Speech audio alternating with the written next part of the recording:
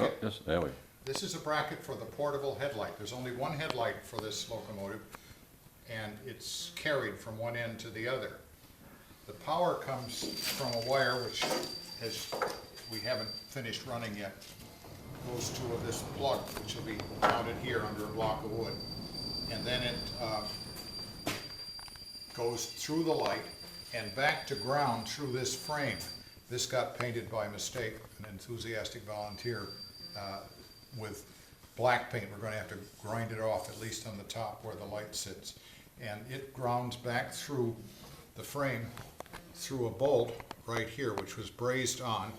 That bolt will go through the floor, and then it'll connect to a wire which is connected to the ground of the locomotive. And we're just in the process of doing that. This has gotten bent, I think, in trying to pull that bolt out, but it sits pretty level now.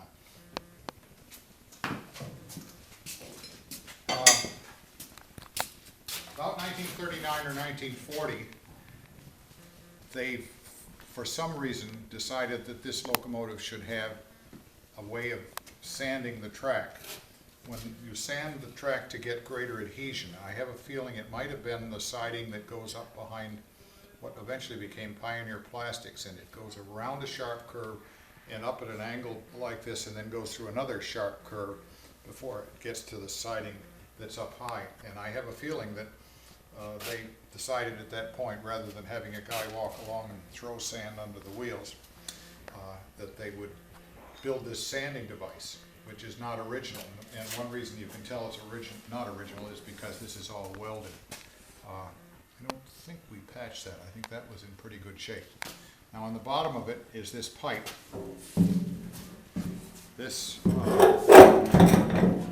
sits here, filled with just plain old ordinary beach sand. It has to be dry or else it'll get stuck, and it'll fall down into a pocket which you can't really see. I don't know without a spot. We could actually get a spotlight, I suppose, and show it up under there. The sander is the cast iron sort of a pocket or a trap up close to the floor. So the sand falls into that trap, and then there's an air pipe that goes to a valve in the cab that sends air to that little pocket, and it pushes it over a little fence, and it falls down on the rail.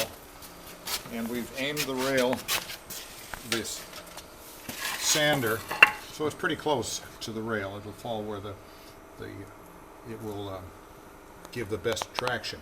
This bracket is bolted to the truck, and so as the wheel moves over, they use this flexible steel hose so that it will follow, because of course the body is going to change in its relationship to the truck. Interesting, we didn't have enough. The original hose had been cut off somewhere along the line, so we made this using some kind of a tomato sauce can and a couple of clamps, and then an extra piece of hose that we salvaged from something else. And I think this is the original bracket. No, this is a new bracket we made. The original bracket's on the other end of the car. So this will be one of our first operating sanders.